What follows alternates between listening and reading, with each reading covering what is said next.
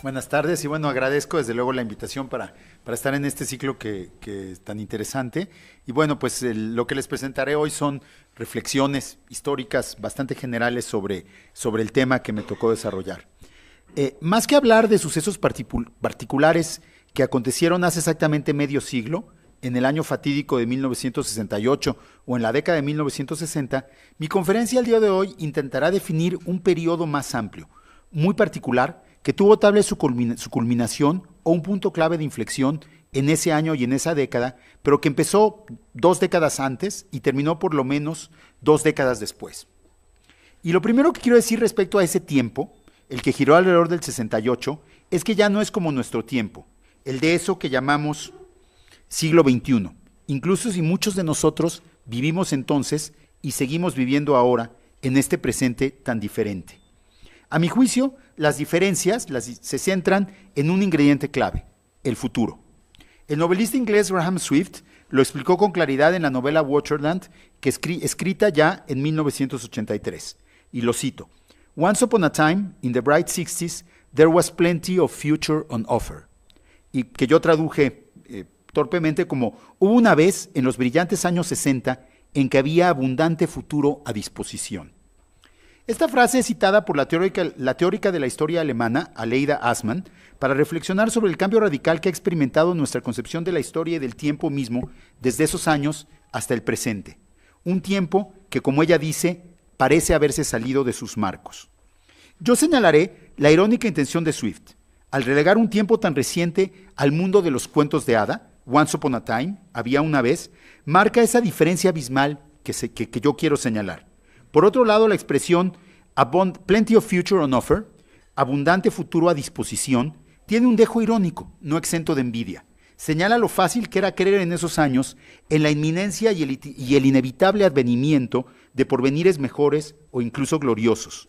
Lo natural que resultaba actuar en el presente en función de esas utopías que habrían de realizarse en breve. El imperativo de acelerar el paso de los acontecimientos, de construir desde ya, en el ahora, el mundo del mañana.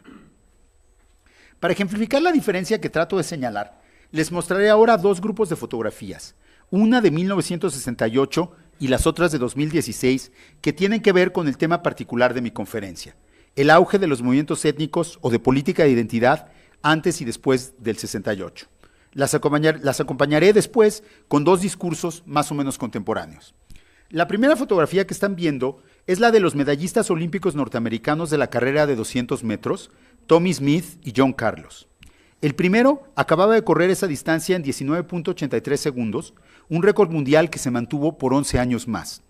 A la hora de la premiación, ambos levantaron sus puños izquierdos, uno derecho y otro izquierdo porque se le olvidaron los guantes a uno de los dos, con un guante negro para hacer la señal del movimiento de Black Power, poder negro. Un gesto de desafío que provocó una ovación de apoyo en el Estadio Olímpico Universitario, según me contó mi madre, que fue testigo presencial, aunque la prensa dijo que más bien fue un abucheo, no tengo claro, pero que les valió sanciones del Comité Olímpico Internacional y de los medios de comunicación en Estados Unidos. El segundo conjunto de imágenes son de hombres y mujeres desarmados que confrontaron a policías en diversas ciudades de Estados Unidos en las protestas impulsadas por el movimiento de protesta en contra de la violencia policíaca Black Lives Matter, Las Vidas Negras Importan, que se encargó de viralizar estas fotos en 2016. Los discursos que quiero relacionar con estas 2 imágenes son, respectivamente, el que pronunció Martin Luther King en la Gran Marcha a Washington en 1964 y que cito aquí: "Tengo un sueño que algún día esta nación se levantará y cumplirá el verdadero significado de su credo". Cita: "Consideramos que es una verdad evidente que todos los hombres fueron creados iguales. Tengo un sueño que algún día en las rojas colinas de Georgia los hijos de los antiguos esclavos y los hijos de los antiguos dueños de esclavos podrán sentarse juntos en una mesa de hermandad. Tengo un sueño que mis 4 hijos vivirán algún día en una nación en la que no serán juzgados por el color de piel, sino por el talante de su carácter. Tengo un sueño hoy. Cuando dejemos sonar a la libertad, cuando la dejemos sonar en cada aldea y en cada caserío, en cada estado y en cada ciudad, entonces podremos acercar el día en que todos los hijos de Dios, hombres negros y blancos, judíos y gentiles, protestantes y católicos, podrán darse la mano y cantar la letra del viejo espiritual negro. Libres al fin, gracias a Dios Todopoderoso, somos libres al fin. Como veremos más adelante, el futuro que King soñaba y que podía representar con tanta certidumbre y con tan maravillosa elocuencia, combina el discurso optimista y progresista de la Declaración de Independencia de los Estados Unidos, centrada en la idea moderna de los derechos universales del hombre, con elementos milenaristas cristianos, uno de los recursos culturales claves de la resistencia cultural de los esclavos africanos en América y posteriormente del propio movimiento negro en Estados Unidos en el siglo XX. En ese sentido, resumió de la manera más brillante y conmovedora dos de las grandes fuentes de ese futuro prometedor que estaba disponible en esos tiempos. Para el segundo grupo de fotos, he elegido un discurso pronunciado por Angela Davis, otra luchadora negra de muy alto perfil, en enero de 2017, durante la marcha de las mujeres que llegó a Washington unos días después de la toma de posesión de Donald Trump. Y dice así: reconocemos que somos agentes colectivos de la historia y que la historia no puede ser borrada como las páginas web. Las luchas por la libertad de las personas negras han dado forma a la naturaleza misma de la historia de este país y no pueden ser borradas con un golpe de mano. No nos pueden forzar a olvidar que las vidas negras importan. Este es un país anclado en la esclavitud y el colonialismo, lo que quiere decir, para bien o para mal, que la historia de Estados Unidos es en sí misma una historia de inmigración y esclavización. Difundir la xenofobia, proferir acusaciones de asesinato y violación y construir muros no borrará la historia. En los siguientes meses y años seremos emplazados a intensificar nuestra exigencia de justicia social y a combatir con más denuedo en defensa de las poblaciones vulnerables. Esto no es sino el comienzo. Y en palabras de la inimitable Ella Baker, los que creemos en la libertad no podremos descansar hasta que llegue.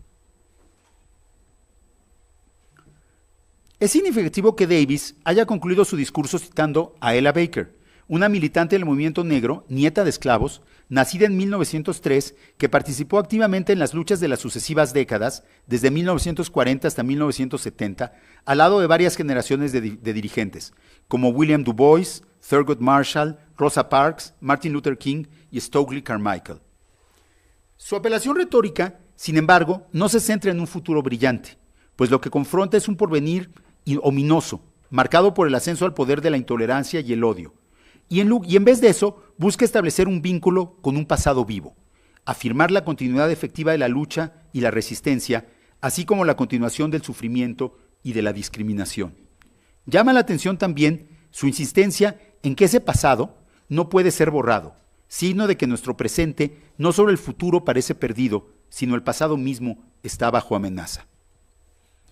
Con estas imágenes y estos discursos, a la vez tan similares e inconmensurables, constatamos la inmensa distancia, mucho mayor que medio siglo, que nos separa de ese mundo y de sus futuros disponibles que hoy ya no existen. Ahora intentaré caracterizar lo que llamaré la época del 68 para hacer afín al espíritu conmemorativo que nos reúne.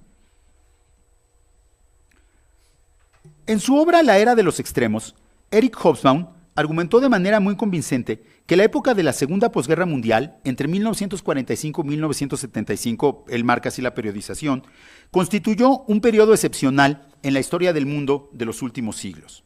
Esto se debió a que fue marcado por una expansión económica amplia, constante y generalizada, que modificó las experiencias y las expectativas de vida de una parte sin precedentes de la humanidad, tanto en los países europeos que se recuperaban de la guerra, como en América del Norte, en el tercer mundo como en los países socialistas. Diversos autores han propuesto que los movimientos estudiantiles del 68, desde México hasta Checoslovaquia, pueden explicarse, al menos en parte, como la entrada en escena política de una generación de jóvenes que crecieron en un mundo donde la prosperidad y las oportunidades económicas eran marcadamente mejores que las que habían tenido sus padres, y que por lo tanto buscaban transformar estas condiciones materiales en mayores posibilidades de acción social y política. Lo mismo se ha dicho para el movimiento feminista.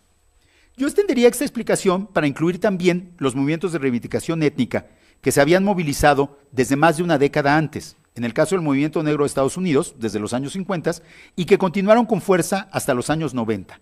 En el caso de los movimientos negros en Brasil y Colombia, de los movimientos indígenas en América del Norte y América Latina, incluido el Ejército Zapatista de Liberación Nacional, así como en Australia y Nueva Zelanda. Y también en el movimiento de resistencia al apartheid en Sudáfrica. De hecho, podríamos argumentar que la victoria del Congreso Nacional Africano en ese país y la insurrección zapatista en el nuestro fueron la última oleada de esa gran ola de movilización, aunque salieron a la luz en un momento histórico ya muy transformado, como discutiremos al final de esta conferencia. Al plantear esta relación entre el boom económico de la posguerra y los movimientos estudiantiles, feministas y étnicos, no propongo una explicación determinista. Solo quiero señalar el fundamento material de las exaltadas expectativas de futuro que movilizaban a los actores de la época.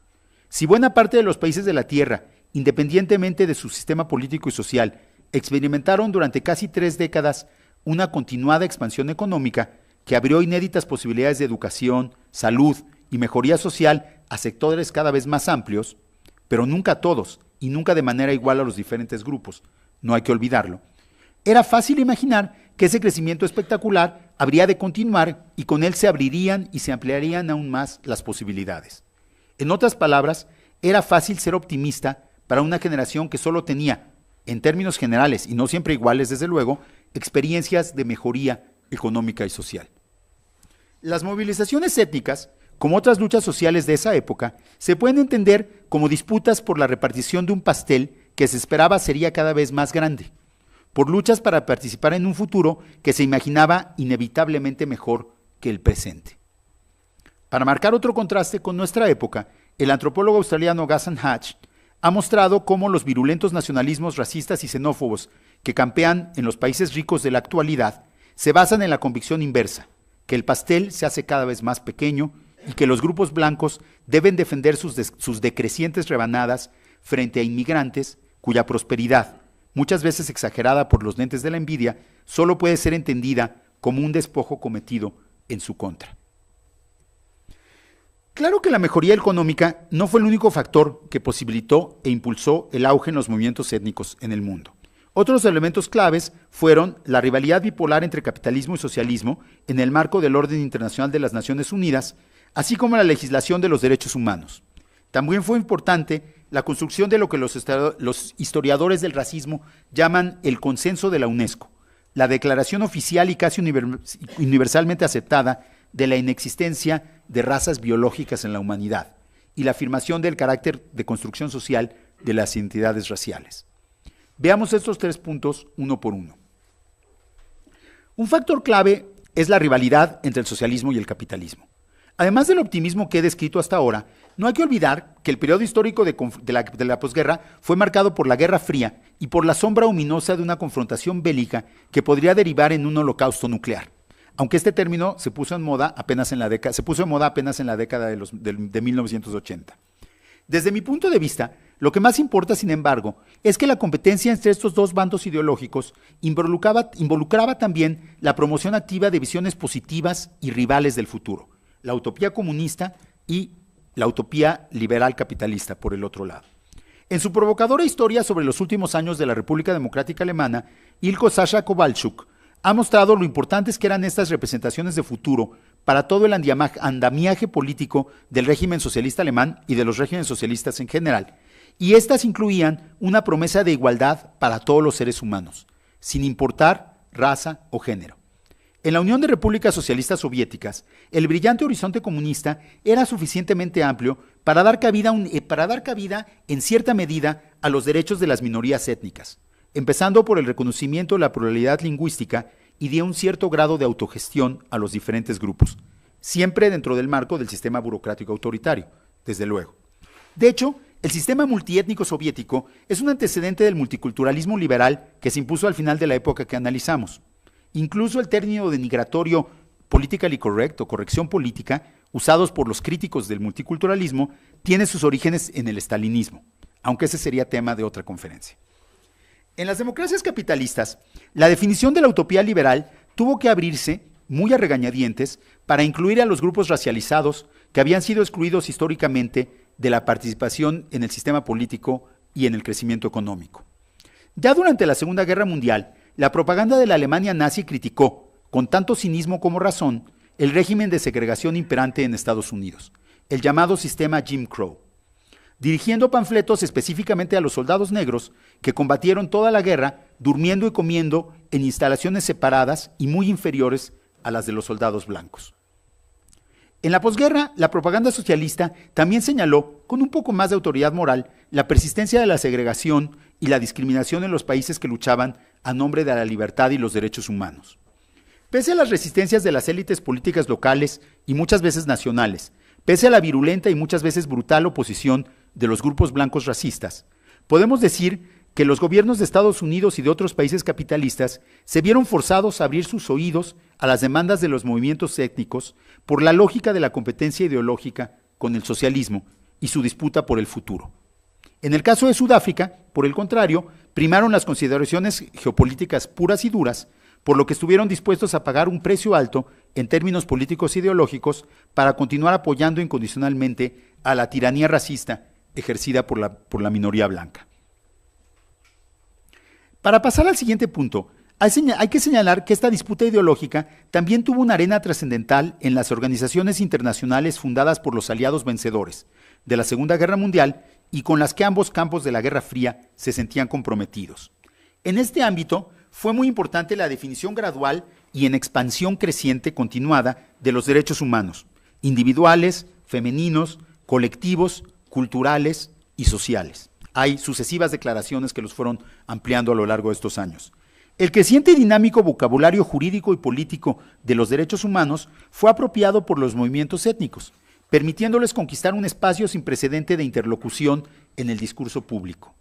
En la medida en que sus reivindicaciones fueran planteadas en términos de derechos humanos, no podían ser rechazadas de manera abierta por regímenes que esgrimían la defensa de los mismos como un arma política y propagandística clave a nivel internacional. Por otro lado, los movimientos afroamericanos, indígenas y de descolonización, en África y en Asia, han contribuido de manera fundamental a la expansión misma de la definición y la aplicación de los derechos humanos. Un proceso de apropiación y extensión que se puede considerar análogo y continuo con la manera en que los rebeldes haitianos de finales del siglo XVIII ampliaron y revolucionaron el concepto de derechos humanos del hombre recién acuñado por los revolucionarios de París, mucho más allá de las reivindicaciones exclusivas de los varones ilustrados y blancos, muchos de ellos dueños de esclavos, a la realidad mucho más amplia de una humanidad brutalizada y silenciada por el esclavismo. Los estudios de Sebastian Conrad sobre la historia de la Ilustración han mostrado que las nociones universalistas ilustradas, el fundamento de las concepciones occidentales modernas de la historia y de la política, llamen socialistas o liberales, han sido expandidas y revolucionadas mucho más allá de sus límites originales por la lucha activa y por el pensamiento creativo de caribeños, africanos, asiáticos y americanos. Por ello, argumenta el mismo autor, ya no debemos comprender este proceso en términos de la difusión de ideas europeas al resto del mundo, sino más bien como la creación conjunta entre diversos centros en todo el planeta de un universalismo siempre en expansión y en movimiento y siempre sometido a una disputa. Esto me lleva al último elemento del orden de posguerra, la construcción del llamado consenso de la UNESCO. Que yo sepa, la historia intelectual de esta singular empresa no ha sido escrita con detalle, pero señalaré aquí algunas de las líneas que me son conocidas y que resultan trascendentes para mi reflexión. Al poco tiempo de su fundación en 1945, la UNESCO decidió que un aspecto clave para cumplir su misión de promover la educación y el pensamiento científico a nivel mundial debía ser el combate frontal al racismo. Esto era evidente desde un punto de vista político, pues la derrota y la condena del nazismo y de su ideología racista, genocida, era una de las piedras de fundación del orden de posguerra y uno de los pocos acuerdos entre el bloque socialista y el capitalista. Pero la UNESCO llevó a esta empresa más allá de este fundamento pragmático. En 1950 se reunieron en París científicos sociales y antropólogos de 8 diferentes países, incluido Juan Comas de México, para discutir el tema de la existencia biológica de las razas. El resultado de esta reunión fue una declaración sobre la raza que afirmaba que si bien existían pequeñas diferencias genéticas entre los grupos humanos, estas no eran suficientes para dividir a la humanidad en razas separadas, y mucho menos para vincular estas razas con calidades intelectuales o morales distintas. Luego planteaba, y lo cito, conviene distinguir entre la raza, hecho biológico, y el mito de la raza. Lo pone entre comillas. En realidad, la raza no es tanto un fenómeno biológico como un mito social. Este mito ha originado un mal enorme en los aspectos sociales y morales. Aún no hace mucho, ha costado innumerables vidas y causado sufrimientos incalculables. Obviamente se refiere a la Segunda Guerra Mundial. Impide el desarrollo normal de millones de seres humanos y priva a la civilización de la colaboración efectiva de espíritus creadores. La distinción entre la falta de realidad biológica de las razas y la existencia de las ideologías racistas y racialistas, designadas de manera derogatoria como mito de la raza, nos puede parecer casi una obviedad.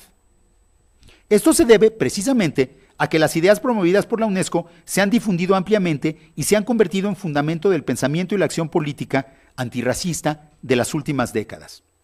Ha sido tal su éxito que se han transformado casi en un sentido común del pensamiento social y político contemporáneo. Sin embargo, hay que señalar que el triunfo de esta postura no fue inmediato, pues la ciencia racialista era todavía muy fuerte a mediados del siglo XX. Apenas un año después, un grupo más amplio de expertos emitió una segunda Declaración sobre la naturaleza de la raza y las diferencias raciales, en el que se reconocía la existencia, ahora sí, de razas biológicas, aunque se negaba que pudieran jerarquizarse. Hay también un apartado en que dicen que no hay evidencia de que la mezcla de razas produzca efectos dañinos, lo cual indica que había científicos que todavía lo sostenían firmemente en la época. En este segundo texto se puede identificar la voz de los sociólogos y antropólogos físicos que seguían utilizando a la raza como un concepto explicativo para las dinámicas sociales y biológicas de la humanidad. Tal vez por eso, en 1952, la UNESCO contrató al joven antropólogo Claude Lévi-Strauss para que escribiera una obra teórica que refutara y criticara las ideas racistas. El resultado es el texto Raza e Historia, uno de los ensayos más brillantes de este autor, tan brillante y prolífico, y una obra revolucionaria en su concepción radical de la diversidad humana en términos de la teoría de la relatividad einsteiniana. Una obra, por cierto, que realmente no ha sido entendida y discutida sino hasta los nuevos tiempos en que vivimos ahora. Para no hacer más larga esta historia, les contaré que hasta 1974 la UNESCO emitió al menos 9 declaraciones en las que la posición inicial de rechazo a la realidad biológica de la raza y de reducción de las clasificaciones raciales a construcciones sociales se fue afianzando, sin duda impulsada por el auge de los movimientos étnicos y de la descolonización. A su vez, la posición de la UNESCO fue clave para dar sustento científico y legitimidad política a las demandas de los movimientos étnicos y para privar de lo mismo, de sustento científico y de legitimidad política, a los discursos y legislaciones explícitamente racistas que seguían en existencia. Para terminar esta breve reflexión, solo quiero señalar que la efectividad de este consenso se ha vuelto inoperante en las últimas 2 décadas, porque han cambiado los referentes que le daban sentido: la oposición entre naturaleza y cultura y la oposición entre ciencia y mito. En primer lugar, la emergencia de la genética de poblaciones y las investigaciones de la medicina genómica sobre la difusión de riesgos epidemiológicos entre grupos humanos de orígenes diferentes ha producido una renovada biologización de las diferencias humanas. De modo que hoy ya no se puede afirmar con la certeza de hace 50 años que las razas no son una realidad biológica. De hecho, hay mucha gente que afirma renovadamente que las razas son una realidad biológica. Estas concepciones reduccionistas de la diversidad genética están basadas en premisas falsas o distorsionadas, pero han ganado fuerza creciente y han vuelto a naturalizar los discursos de diferenciación racial. Por otro lado, el sentido y la efectividad de la declaración de los científicos de la UNESCO de que las razas eran un mito y que el racismo era un problema social dependían de un marco epistemológico en que los mitos podían ser vencidos por el conocimiento científico. Tal como la oscuridad se disipa ante la luz, y de un contexto histórico marcado por la convicción generalizada de que los problemas sociales se podían resolver mediante el uso de la razón y el triunfo de los derechos humanos.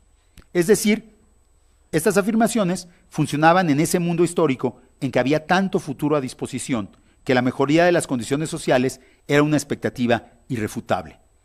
Hoy, en cambio, por un lado, la ciencia ha perdido mucha de su autoridad social para combatir o desmentir otro tipo de formas de conocimiento o simplemente otros prejuicios, y asimismo es más fácil que pensemos que los problemas sociales no tienen solución posible y que las diferencias culturales entre los seres humanos son irreductibles y refractarias a cualquier solución racional. Es el discurso del choque de civilizaciones, por ejemplo, promovido por Huntington. Como ha señalado tan famosamente Frederick Jameson, y lo cito, alguien dijo alguna vez que hoy es más fácil imaginar el fin del mundo que imaginar el fin del capitalismo. Hasta ahora he hablado más de las circunstancias, por así decirlo, externas, que permitieron el auge de los movimientos identitarios en Estados Unidos y en América Latina y de los movimientos descolonizadores en Asia, África y el Caribe, pero no lo he hecho con el afán de marcar el contraste entre he hablado de las circunstancias externas, lo he hecho sobre todo con el afán de marcar el contraste entre estos periodos y el nuestro, y por definir el carácter excepcional de las décadas alrededor de 1968. Esto no significa de ninguna manera que menosprecie la convicción y la capacidad que demostraron las mujeres y hombres que participaron en estos movimientos para plantear sus demandas, luchar por ellas, enfrentar la represión más brutal y la violencia más estúpida, construir alianzas, producir discursos y obras musicales y artísticas elocuentes y convincentes, en fin, la valentía y la inteligencia que desplegaron para conseguir sus victorias. Los logros de estos movimientos me parecen, hoy más que nunca, contarse entre los mejores resultados de ese siglo convulso y deslumbrante que fue el siglo pasado. En un periodo en que hemos visto derrumbarse el prestigio y la autoridad moral de tantos dirigentes políticos que fueron admirados en su momento, Mahatma Gandhi, Martin Luther King, Steve Biko y Nelson Mandela, por mencionar solo a 4 de sus principales líderes, siguen manteniendo su valor. Entre 1950 y el año 2000, estos movimientos adquirieron una dimensión verdaderamente planetaria. La movilización de los afroamericanos en Estados Unidos hizo ecos en los movimientos de descolonización en África y Asia y fue fortalecida por ellos. Pensadores de la diáspora africana como Marcus Garvey, Frantz Fanon y M.S. Serres fueron leídos y traducidos en todos los continentes. El Islam se convirtió en un poderoso símbolo del rechazo a la dominación occidental sobre los pueblos coloniales y a la dominación blanca sobre los grupos racializados en Estados Unidos, Sudáfrica y otros países.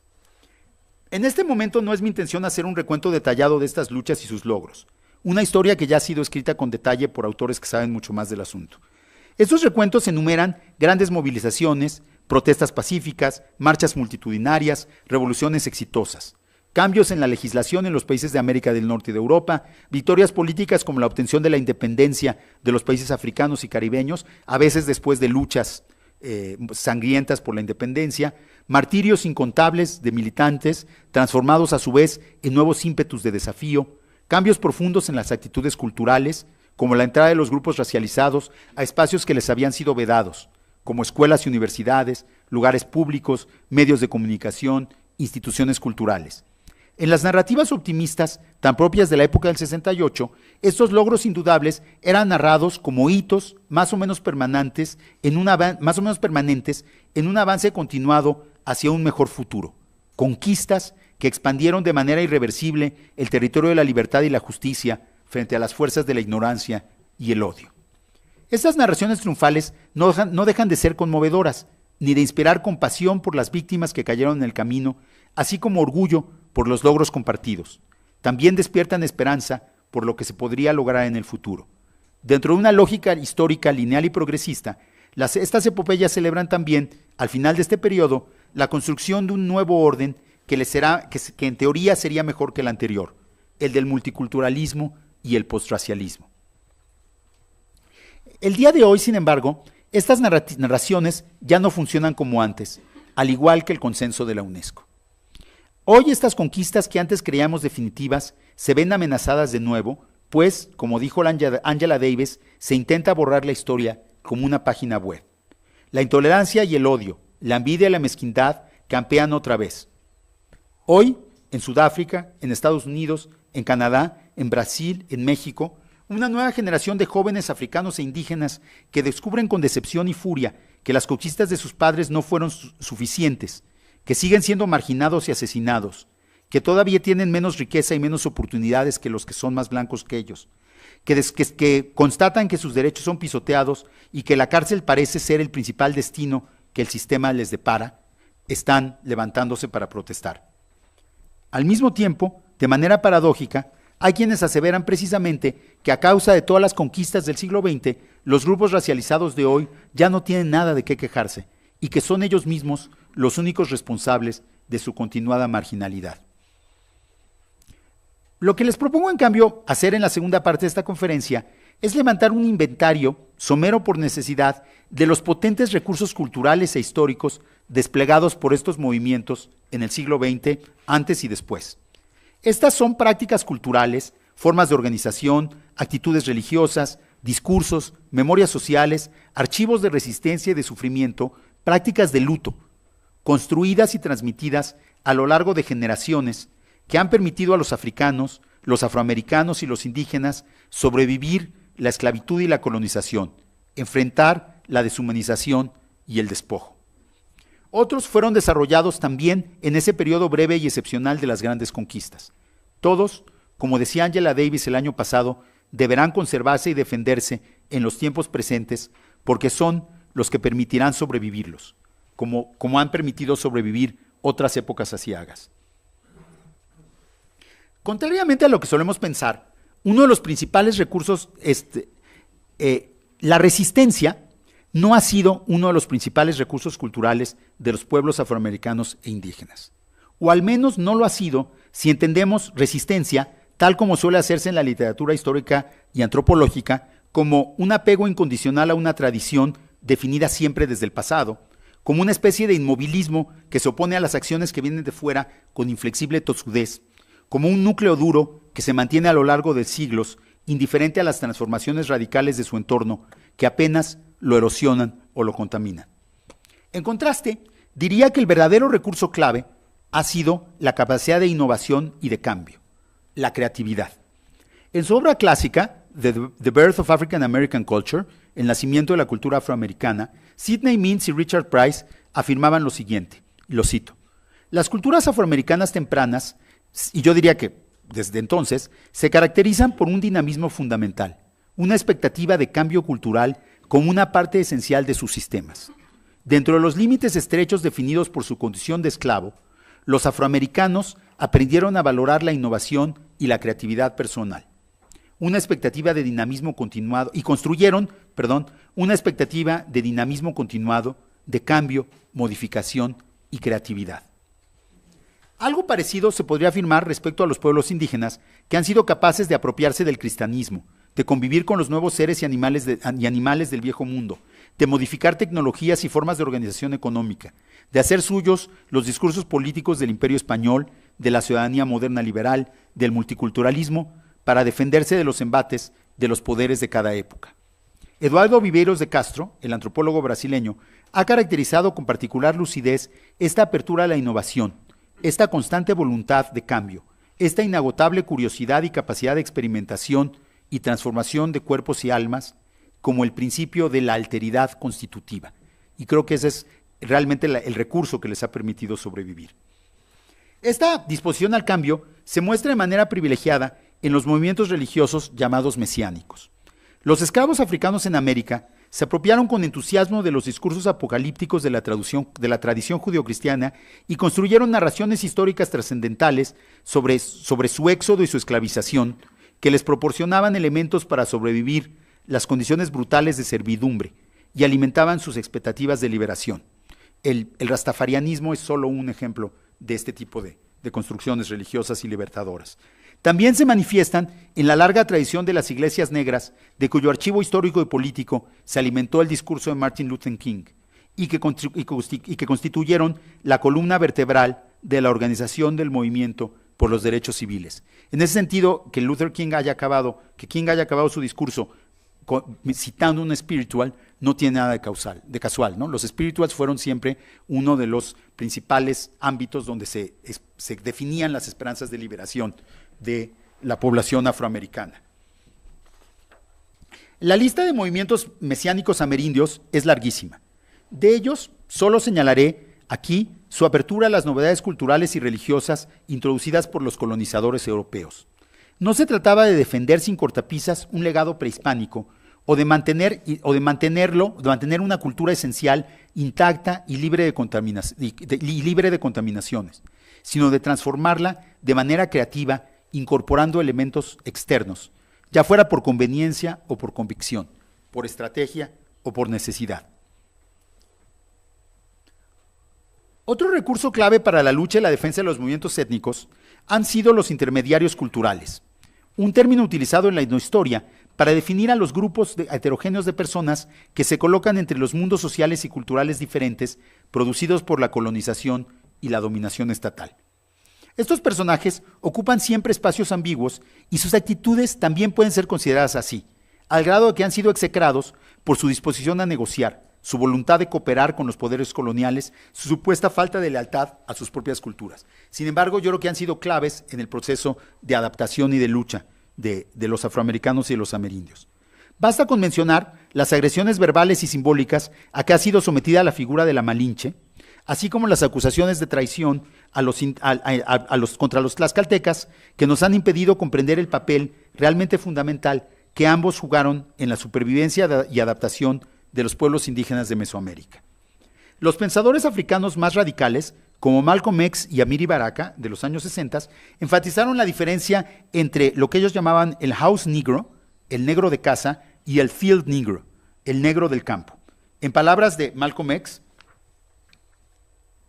lo leeré nada más en español, ¿no? Si alguien se acercara al negro de casa y le dijera, vámonos, separémonos, naturalmente este tío Tom diría, ¿ir a dónde? ¿Qué haría yo sin mi jefe? ¿Dónde viviría? ¿Cómo me vestiría? ¿Quién cuidaría de mí? Ese es el negro de casa. Pero si fuéramos con el negro del campo y le dijéramos, vámonos, separémonos, no preguntaría siquiera a dónde ni cómo. Diría, sí, vámonos. Sin embargo, no hay que olvidar que una de las principales rebeliones esclavas de Estados Unidos fue encabezada por un house negro, Nat Turner, lector devoto de la Biblia, que tenía visiones religiosas constantes en las que dialogaba con el Dios de los blancos. En el seno de los pueblos indígenas de América del Norte existieron siempre también divisiones entre dirigentes políticos y religiosos que optaron de manera consciente y razonada por colaborar con los colonizadores europeos y por adoptar las religiones cristianas, y otros que siguieron el camino de la confrontación armada y de la reivindicación de las propias tradiciones culturales. Aunque la historia exalta con razón a personajes como Nube Roja, Toro Sentado o Jerónimo, que fueron del segundo grupo, la supervivencia de adaptación de las sociedades indígenas también se debe a la labor de los colaboracionistas, entre comillas, quienes fungieron como intermediarios claves entre las instituciones coloniales y los miembros de sus grupos. Ayudaron a construir nuevas formas de religiosidad, contribuyeron a plantear estrategias de defensa política y legal. La historia de los pueblos indígenas y afroamericanos nos muestra con claridad que no todo colaboracionista es un traidor y que la confrontación armada y violenta no siempre es la mejor opción. La supervivencia social y cultural es producto de una compleja dinámica que se mueve entre estos dos polos y que requiere de unos tanto como de otros.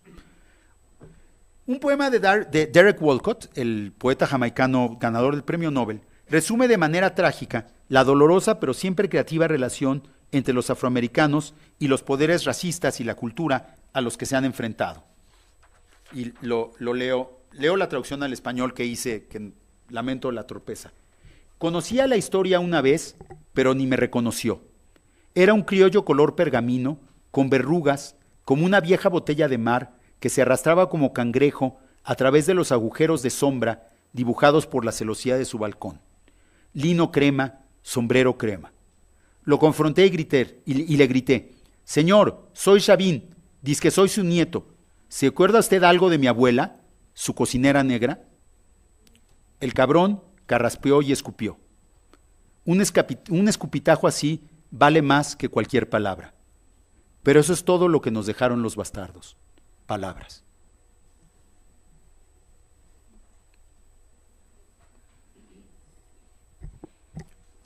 Otro recurso clave para los movimientos políticos y étnicos son las memorias sociales construidas por sus grupos, una compleja elaboración consistente en relatos y textos, imágenes y rituales, actitudes y conocimientos.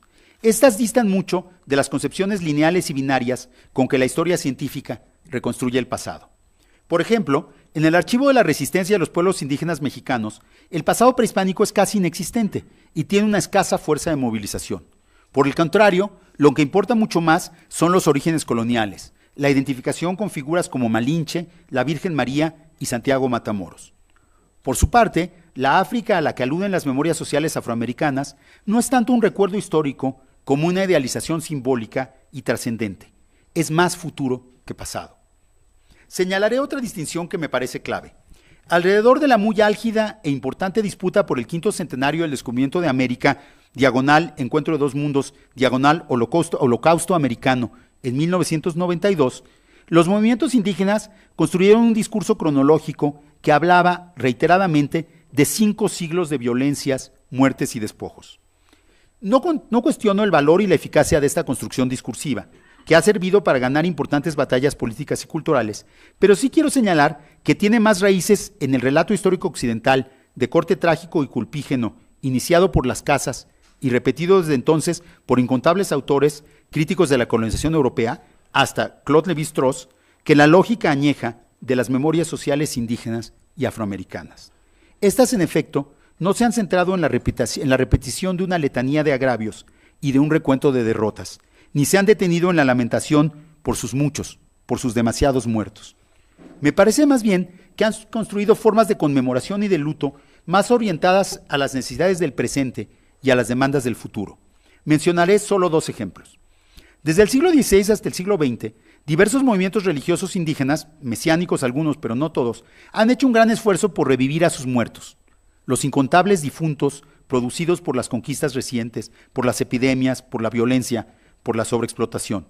Una promesa de revivir a los muertos que se vinculaba con frecuencia con un cataclismo cósmico que también habría de eliminar a los colonizadores triunfantes. Pese a que estos grandes trastornos cósmicos no se han materializado, lo que estos movimientos sí han logrado históricamente ha sido establecer formas de comunicación eficaces con las personas fallecidas, facilitando una labor de luto colectivo que permitió construir un presente y un futuro diferente, en el que estos mismos muertos tenían un lugar y una participación efectiva, y que fue una herramienta muy potente para sobrevivir el régimen colonial. De manera paralela, señalaría que las tradiciones de lamentación entre los grupos afroamericanos de los Estados Unidos sirven más para enfrentar las dificultades del presente que para lamentarse por las injusticias del pasado. La genealogía del blues en las canciones de Chain Gang de los grupos de trabajadores forzados es un indicio de ello. En la misma lógica, las expectativas mesiánicas de los movimientos religiosos afroamericanos se orientan más a imaginar y añorar un futuro de libertad que a deplorar un pasado sin duda lleno de violencias e inequidades. Esto no quiere decir que en las memorias sociales indígenas y afroamericanas no hayan existido ni tengan importancia los recuerdos de tantas injusticias, despojos y asesinatos, entre otras atrocidades. Lo que quiero señalar es que las formulaciones dicotómicas que definen a estos grupos solo como vencidos y como víctimas no les resultan realmente útiles, como tampoco las concepciones lineales del tiempo y de la historia que vuelven progresivas e irreversibles sus derrotas. Ambos menosprecian su capacidad de acción, niegan sus logros verdaderos, ignoran su incesante creatividad. Si me he extendido en la descripción de estos recursos tradicionales desplegados por los movimientos indígenas y afroamericanos, es porque quería mostrar la profundidad histórica de las luchas, la larga trayectoria de las formas de resistencia y de adaptación, de movilización y de rebeldía. Desde esta perspectiva, las conquistas de la segunda mitad del siglo XX fueron producto de una confluencia entre estas tradiciones centenarias y las oportunidades que ofrecía ese momento singular. El debilitamiento de las ciencias, los discursos y las prácticas racistas abrió una oportunidad única para que los movimientos étnicos en América y los movimientos descolonizadores en África dieran un nuevo significado político, positivo, a las categorías racializadas de los sujetos africanos, negros e indios, que habían servido para someterlos, despojarlos, esclavizarlos y matarlos. De manera muy efectiva, estos movimientos han transformado las categorías opresivas en posiciones políticas de rebeldía, lugares sociales desde donde se podía demandar y conseguir derechos y desde donde se podía cuestionar el orden, racista. En las formulaciones radicales y lúcidas del líder sudafricano Steve Biko, el discurso de Black Consciousness, conciencia negra, transformó la categoría de negro, ese gemelo oscuro y negado del sujeto universal blanco de la historia de la modernidad, en una posición de pensamiento y acción que podía desarticular todo el sistema de dominación y crear una agenda de liberación verdaderamente universal. En ese sentido, lo que logró desestabilizar las categorías racistas de esos años no fue solo el esfuerzo, sin duda encomiable, de los científicos y antropólogos que reunió la UNESCO, sino la movilización y la lucha de estos africanos, indígenas y afroamericanos. Y de hecho, esta lucha terminó siguiendo un derrotero muy diferente.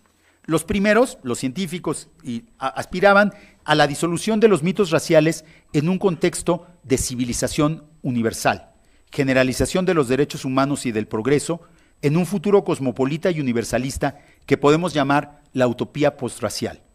En cambio, los movimientos étnicos transformaron las identidades construidas por el racismo a lo largo de siglos en una política no utópica, sino positiva y decididamente tópica, es decir, anclada en los cuerpos y los lugares particulares de sujetos que reivindicaban su particularidad étnica y cultural para contradecir y subvertir las narrativas universalistas. Esto nos coloca de lleno en un problema muy de nuestro tiempo: la distinción entre las reivindicaciones étnicas basadas en estas complejas y contradictorias categorías raciales y las reivindicaciones sociales basadas en definiciones de clase que algunos conciben como más objetivas y reales, o al menos más universales. La lección de Biko y de otros pensadores poscoloniales como Achille Mbembe es que las poblaciones que han sido sometidas históricamente por medio de construcciones racistas solo se pueden liberar de ellas transformando estas definiciones negativas en lugares de reivindicación, en formas de pensamiento y acción críticas. Desde luego que no pretendo haber resuelto con esta formulación apresurada los complejos debates entre universalismo y particularismo, entre política de clase y política de identidades, entre la utopía posracial y las identidades y las reivindicaciones étnicas.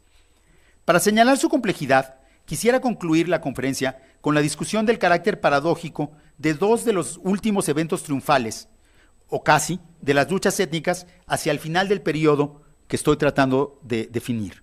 Por un lado, la victoria del movimiento anti-apartheid en Sudáfrica entre 1991 y 1994, y por el otro, el estallido del movimiento zapatista de México en 1994. En muchos sentidos, ambos eventos pueden ser considerados las manifestaciones tardías y postreras de esta época excepcional, pero también el inicio de algo nuevo, de la época tan diferente en la que ahora vivimos. En el primer sentido, el colapso del régimen de apartheid en Sudáfrica fue producto del despliegue de los recursos de movilización y de lucha desarrollados por los grupos africanos y asiáticos que tenían varios siglos de lidiar con la dominación holandesa y Boer, así como con las técnicas colonialistas del imperio inglés. Esta añeja tradición fue complementada por la movilización ininterrumpida de más de 8 décadas de los pueblos negros de ese país, anclada en las convicciones nacionalistas y antirracistas de la lucha descolonizadora. No hay que olvidar que el mismo Mahatma Gandhi estuvo involucrado en la fundación del Congreso Nacional Africano. Nelson Mandela se formó como un dirigente radical en los años de la posguerra, enfrentando al emergente régimen racista por medio de los tribunales y luego por medio de la lucha armada. Durante las más de 3 décadas de existencia de este régimen, del régimen del apartheid, el movimiento de resistencia fue constante y desplegó una riqueza intelectual y humana admirable, como lo muestra la intensidad y lucidez de los debates entre los intelectuales socialistas de color más radicales de Cape Town, los nacionalistas africanos del CNA y el movimiento de conciencia negra de Biko. También hay que señalar una fuerte tradición de comunismo blanco que siempre estuvo aliada al Congreso Nacional Africano. La constancia y la valentía de los militantes logró que el gobierno blanco no pudiera gozar de ningún momento en el que su tiranía pareciera consolidada y libre de amenazas. La resistencia ininterrumpida lo orilló a una creciente violencia que solo sirvió para demostrar su ilegitimidad absoluta. Otro factor casi desconocido detrás de la caída del régimen blanco en Sudáfrica fue la derrota militar del ejército sudafricano en la guerra de Angola a mano de las fuerzas cubanas apostadas en ese país a finales de los años 80. Como parte de las negociaciones que pusieron final a ese conflicto, que que fue parte integral de la Guerra Fría, los cubanos impusieron al gobierno sudafricano la liberación de Nelson Mandela y la apertura del proceso de una verdadera negociación política con la resistencia negra. Por eso, en el momento en que tomó el poder, el primer país que visitó Nelson Mandela fue Cuba. La generosidad política mostrada por este dirigente y por el CNA durante las largas y complejas negociaciones políticas que siguieron, evitaron sin duda una guerra civil que hubiera cobrado cientos de miles de víctimas. También llevaron al establecimiento de un verdadero régimen democrático, posracial y tolerante. La triste paradoja es que no fueron acompañadas por un proceso paralelo de redistribución de la riqueza, ni de redefinición de las relaciones sociales y económicas desiguales entre blancos y negros, una desigualdad que había producido el apartheid y que fue acentuada por él. Esto se debió a diversos factores internos a ese país, la correlación de fuerzas, pero también en buena medida al tiempo global en que aconteció la liberación de Sudáfrica.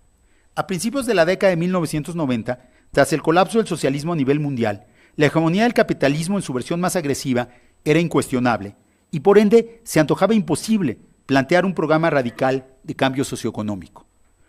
Las transformaciones se restringieron exclusivamente al terreno político y legal, y en lo económico, el gobierno de Mandela y luego el de Mbeki se adhirió a la ortodoxia neoliberal imperante.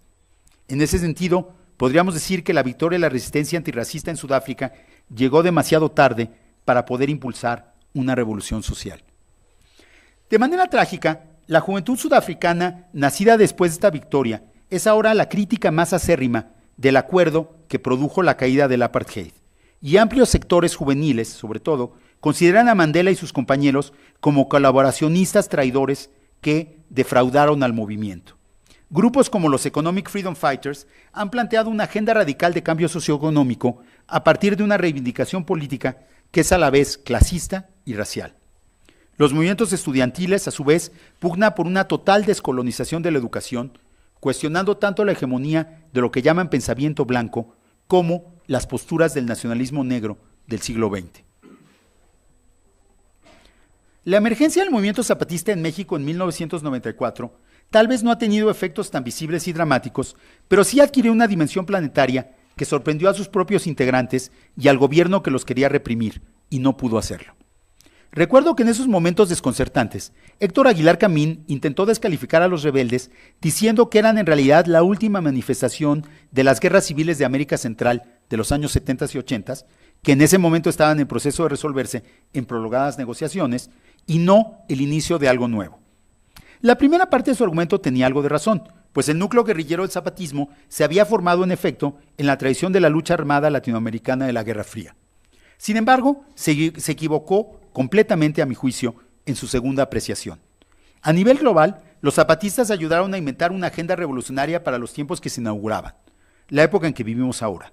Una agenda que combina de manera compleja las reivindicaciones étnicas y culturales con las sociales. También han ayudado a definir nuevos sujetos políticos tan tópicos como los que engendraron los movimientos afroamericanos y descolonizadores. Los indígenas, unos indígenas definidos por su larga historia de exclusión y opresión, pero también fortalecidos por la gama de recursos de resistencia y movilización construida a lo largo de centurias. En el contexto mexicano, los zapatistas abrieron un invaluable espacio para el reconocimiento y la expresión de la pluralidad cultural, para nuevas formas de participación política y nuevas definiciones de democracia, ciudadanía, derechos culturales y libertad. Por más que el movimiento no logró la transformación de la sociedad mexicana y de la democratización profunda que preconizaba, su impacto sobre la vida social y política de nuestro país ha sido profundo y me parece esencialmente positivo. Si no lograron más, se debe en buena medida a que la sociedad que se imagina mestiza se ha negado a cuestionar sus prejuicios racistas y a desbancar la hegemonía política y social de la blancura, que es la base del poder de nuestras élites políticas, económicas y también intelectuales. Sin embargo, me queda claro que si en el futuro cercano habremos de ser capaces de montar un desafío eficaz al autoritarismo clasista, racista y cada vez más asesino que priva en nuestro país, necesitaremos de estas posiciones tópicas, ancladas en las historias y los cuerpos, los lugares y las visiones, los recursos de la imaginación de los movimientos indígenas y negros. En su discurso de hace poco más de 50 años, Martin Luther King se atrevió a soñar en un futuro en que sus hijos serían juzgados, lo cito, no por el color de su piel, sino por el talante de su carácter. En este otro futuro que nos ha tocado vivir y que él no pudo haber imaginado, el presidente de Estados Unidos y sus seguidores han renunciado a toda definición moral de su poder para reducirlo únicamente a la fuerza bruta de su color de piel. El auge del nuevo racismo y de la política de la identidad blanca marca la crisis, tal vez final, del universalismo ilustrado, de la utopía cosmopolita definida por Kant, que alcanzó sus mejores momentos en la época del 68. En este otro futuro, el de nuestro siglo XXI, la política se moverá más que nunca antes entre el racismo asesino, la intolerancia xenofóbica y las movilizaciones de sujetos políticos tópicos, anclados en siglos de lucha y de supervivencia, en tradiciones añejas de resistencia. Hoy más que nunca, como nos dijo Angela Davis, no debemos dejar que esa historia y que las memorias que la acompañan sean borradas. Por ello, hoy más que nunca, suenan ciertas las palabras que nos legó Walter Benjamin en otra época aciaga y que seguramente comprenderían los descendientes de generaciones de esclavos que aún hoy tienen que luchar por su vida. Encender en el pasado la chispa de la esperanza es un don que solo se encuentra en aquel historiador que está compenetrado con esto. Tampoco los muertos estarán a salvo del enemigo si éste vence. Y este enemigo no ha cesado de vencer.